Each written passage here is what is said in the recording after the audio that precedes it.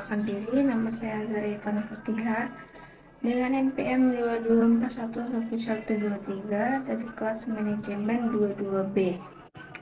Di sini saya ingin menjelaskan materi mengenai manajemen risiko hukum dan kepatuhan. Pengertian, manajemen risiko adalah proses sistematis untuk mengidentifikasi, menganalisis, menyebarkan, dan mengendalikan risiko dalam suatu perusahaan atau organisasi. Hal ini terjadi karena kurangnya informasi mengenai yang akan terjadi. Sesuatu yang tidak pasti dapat berakibat merugikan atau dirugikan.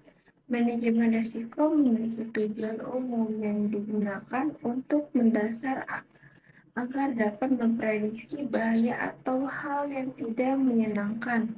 Dalam secara khusus, tujuan dari manajemen risiko antara lain memberikan informasi mengenai risiko kepada pihak regulator, meminimalkan kerugian dari berbagai risiko yang tidak terkendali, agar perusahaan tetap hidup dengan berkembang yang berkesinambungan, dan biaya.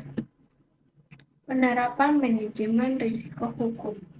Pengawasan aktif dengan Dewan Komisaris dan Direksi, kebijakan prosedur dan penetapan limit, kecukupan proses identifikasi, pengukuran, pemantauan, dan pengendalian. Sistem pengendalian inter. Fungsi manajemen risiko hukum. Manajemen risiko hukum diperlukan untuk memastikan bahwa proses manajemen risiko dapat meminimalkan kemungkinan risiko dampak negatif dan kelemahan aspek juridis, ketidakadaan atau perubahan peraturan perundang-undangan, dan proses limitasi terhadap beberapa faktor yang mempengaruhi risiko hukum, antara lain faktor litigasi, faktor kelemahan perikatan, dan faktor ketidakadaan perubahan peraturan undang-undang. Penerapan manajemen risiko kepatuhan. Pengawasan aktif dengan komisaris dan direksi, kebijakan prosedur, dan penerapan limit, proses identifikasi, pengukuran, pemantauan, dan pengendalian risiko, serta sistem informasi manajemen risiko kepatuhan. Sistem pengendalian inter. Fungsi manajemen risiko kepatuhan. Kegagalan manajemen risiko kepatuhan dapat menyebabkan ditutupnya perusahaan oleh otoritas atau kebangkrutan.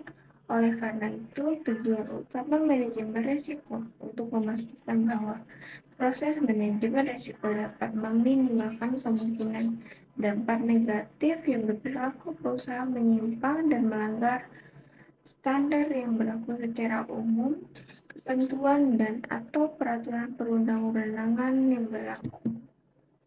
Tujuan manajemen risiko kepatuhan memastikan bahwa proses manajemen risiko dapat meminimalkan kemungkinan dampak negatif dari perilaku perusahaan yang menyimpang atau melanggar standar berlakunya umum, ketentuan yang peraturan dalam perundang-undangan yang berlaku.